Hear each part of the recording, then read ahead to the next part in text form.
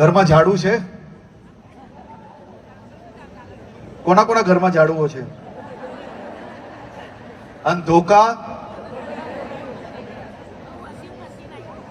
પણ બધા આમ જોડથી જેના ઘરમાં ધોકાઓ છે મને કે ધોકા છે? હા પાડો ભાઈ. ધોકા છે? તો જે લોકો સોસાયટીની નીચે બેઠા બેઠા મોડી રાત સુધી જો માવો ખાઈ ખાઈને પિચકારી મારે ને,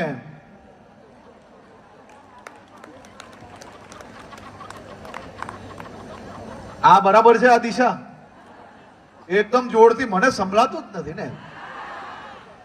સોસાયટી નીચે આ ભાઈઓ બેઠા બેઠા મોડી રાત સુધી દો પિચકારીના કંઈક ને કંઈક થૂક હોય તો એને શું કરવાનું? બધાએ ભેગા થઈને એક ધોકો લઈને નીકળશો તો આમાંના એક બી વ્યક્તિ સોસાયટીની નીચે માવો થૂકવાની હિંમત કરશે? તો આ બેનો કામ હાથમાં લેશો?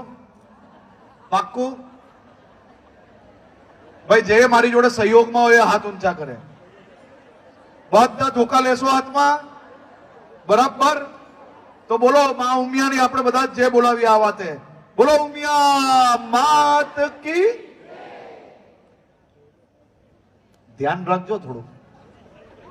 હા, બંધ તો કરાવી લેશે. એ તો ધોકા પડે એટલે ભલભલા બંધ કરી લે.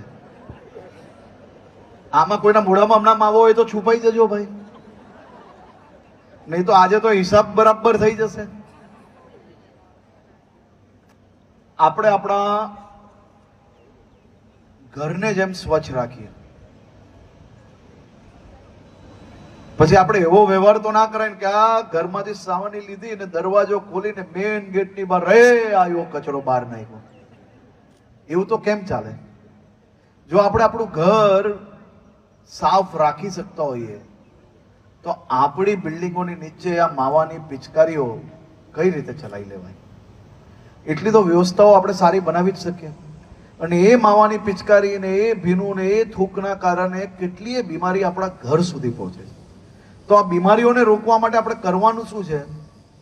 ખાલી થોડી બહેનો ભેગી થાય સોસાયટીમાં, ધોકો હાથમાં લઈ એ બહુ થઈ ગયું. આપણે કઈ બીજું કઈ કરવાની જરૂરત જ ના પડે. એ સોસાયટીની નીચે મોટી મોટી ફેંકો મારતા હોય, બેઠા બેઠા મોટા મોટા વાતો કરતા હોય, એને ખબર પડી જાય સોસાયટી વાળાને કે આમનું ઘરમાં ચાલતું. એટલે બીજા દિવસથી તમારે વહેલા 10 વાગે ઘરે આવી જશે અને માવો હોય ને થોડોક ઓછો થઈ જશે અને ધીરે ધીરે બંધ થઈ જશે. તો આપણે બધાએ આ દિશામાં બી કામ કરવાનું છે. મારી આપ સૌને વિનંતી છે, આ બધા જ સામાજિક વિષય છે, જે ગમે એક બે વિષય તમે હાથમાં લો, આ વર્ષે એની ઉપર કામ કરો. અને એ કામગીરી કર્યા પછી 5, 25, 50, 100, 200, 500 હજારો ઘરની અંદર દુઃખ દૂર કરનાર બહેનો તમે સૌ બહેનો બનો.